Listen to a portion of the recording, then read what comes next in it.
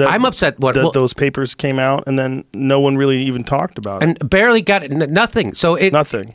It justifies everything Tulsi Gabbard has been saying. These wars are a lie and bullshit, and we got to get out of them. And that she's not the one lying about them. The one that's been lying about them has been our government, including Barack Obama. Yeah. That's what the Afghanistan papers prove, that we've been lied to forever. Tell people what the papers say. So people. So what happened was they did a study, just like the Pentagon papers, right? They do their own study that reveals that they're lying. So they interviewed 400 people that were like in the generals and in the military and contractors and all these kind of people to find out, so they can know what would happen in Afghanistan. So they revealed all this. The people who they were interviewing revealed all this, that at the beginning of the war, they didn't know they still don't know who's the bad guys, who were killing. They were lying about, they would lie that it's going well, and then their personal writings would be revealing that they didn't know what the hell they were doing. And so it's worse than you think, but we can still just keep sending $4 billion a month there. Just keep sending it. For what? No one knows. We're not leaving. Trump didn't take us out. He's up for re-election in a couple more months. We're still in Afghanistan. He didn't do what he said he was going to do. Nobody does. That's the problem, and that's why we got Trump in the first place. Because Barack Obama comes in as an anti-war guy, immediately gets rolled by the military-industrial complex, just like Trump did. I did believe that Trump, his druthers would get the hell out of the Middle East, right? But he doesn't really have any druthers. He's like, okay, I'm done doing that because they've rolled me hard enough. 3 years of Russiagate, I'm going to do what they want. Well, you saw the conversation that he had with one reporter. We talked about the military-industrial complex and about how they want to go to war. Yes. I mean, Trump, like, actively, while in office, and this is like an Eisenhower thing, like as he's leaving, while in office, is talking about the military, and it barely got mentioned. I know. And so I think that's why the establishment wants to get rid of Trump. Even though he does their bidding and gives them their $1 trillion tax cuts, nobody asks how we're going to pay for it. He gives them, he tries to go into Venezuela. He tried to do what, he's doing Iran. He didn't come out. We didn't get out of Syria. We're not out of Afghanistan. He's sending more people back to Iraq. It's amazing what's happened. The exact opposite of what he ran on is happening. Yeah. So why do I think this happens? It's because just what Eisenhower said as he left. He says the undue influence of the military-industrial complex. And Joe, imagine they just invented $131 billion more worth of work for Raytheon and Boeing and Halliburton. How much money does the recording music business make a year? 80 billion. I mean, how much does it? We've just invented a whole nother economy just since Trump got elected. 131 extra billion. I mean, just think what you could do with that. You could build 131 Yankee stadiums. Do you think every year? Non-cynically, do you think that a lot of this impeachment stuff and a lot of the scandal stuff is really a distraction for a lot of these things they're pushing through? Yes, it's 100% distraction. And just like I told you, because if they really believed that he was doing all these things and why would they keep giving him extra money to go bomb people at his own behest? They don't try to put handcuffs on him. So that's how you know they're full of shit.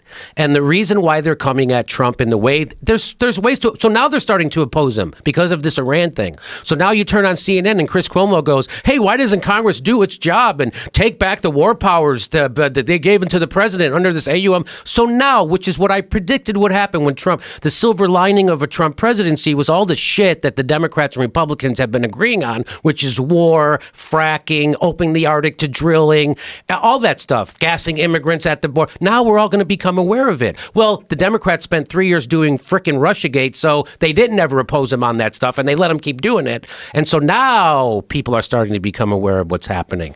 And so now Chris Cuomo is going, hey, why doesn't Congress do their job? Why are you letting crazy President Trump? Well, they just gave him 131. They gave him his spying powers again through the Patriot Act. This guy who's working for Putin, you're going to give him spying powers? You fucking bullshitter! They're all fucking bullshitters. Arrgh. It's a weird scam. Yeah, Joe, if you thought a guy was working for Putin, would you give him an extra $131 billion to go bomb anybody at his own pay? By the way, that's also intelligence. Is that a rhetorical question? Yes. So that's why, and people give me a hard time about supporting Tulsi, right? It's like, why are you? I think it's really important to have an anti-war voice that has, speaks from experience. She's actually in the military right now. She actually volunteered to go serve in their illegal wars, and then they smear her for it. It's kind of amazing. Well, she's a weird one, right? Because she has so many characteristics that you would think that everyone who's a progressive would want as a president. She is a veteran who twice served overseas, twice deployed. She's been a veteran for a long time congresswoman. She's from Hawaii. She's, I guess she's Hawaiian. You would say she's a woman of color. They say she's a woman of color. What color? She's like a light beige. She's tanner than me. Is she? Well, she lives in Hawaii. That's why. Yeah. I don't know. I don't know about these things. I'm white. I don't know. But it is really. I mean, the Hawaiian roots are essentially Polynesian and South Pacific travelers who landed thousands of years ago on those islands. So yeah, I mean, it is essentially a person of color. Either way, she's a very articulate, rock solid woman, and they've tried to find a bunch of dirt on her, and they can't. And they don't know what to do. And it's just funny to me that a lot of people who are supporting Elizabeth Warren were shitting on Tulsi as hard as they can. And of course, Elizabeth Warren shows her true colors. She does a right-wing sexist smear on Bernie Sanders is what's happening. That was weird. This is what a crazy thing to do. It was a fake smear. Like, nobody's buying that. So it was her, the media, and the DNC got together, and they're like, hey, let's do this. Because it was coordinated. This didn't come out of nowhere. Right. And the CNN, did you see that story? CNN wrote these two people who heard it from these other two people who we're not even going to name. And that's on CNN. That's CNN. That's how they do it. Crazy. It's so crazy. Yes. They're digging their own grave, though. What they're doing is they're making themselves less and less relevant, and they're making guys like you and independent people more and more relevant and more trustworthy. And that's why they keep going to the catnip of Russiagate or Trump's tweets or whatever, impeachment and this phone call to the thing. And look how the media runs interference for the establishment. It's amazing. Like, to pretend that the Bidens aren't corrupt. I know. Hilarious. And to have people come on and go, that's a lie. That's no corruption. It's been looked into. There's no corruption that a guy has an $83,000 job on a board in a country his dad just helped overthrow.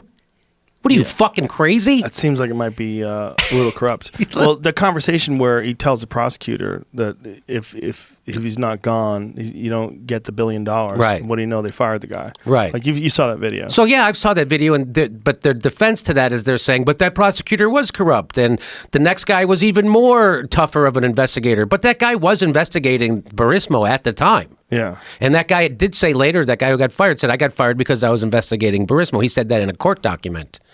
So believe me, they're all. Why didn't they impeach Trump on the emoluments clause? Why didn't they do that? Why did they do it on this bullshit? The emoluments clause? So that's him benefiting off his position in government. It's because they all do it. Right. Why do you think? Because it would bring up everything. It would have to, right? That's right. Hey, Chelsea Clinton just got a $9 million job for... she deserves it. Oh, my God. She did. She's the best.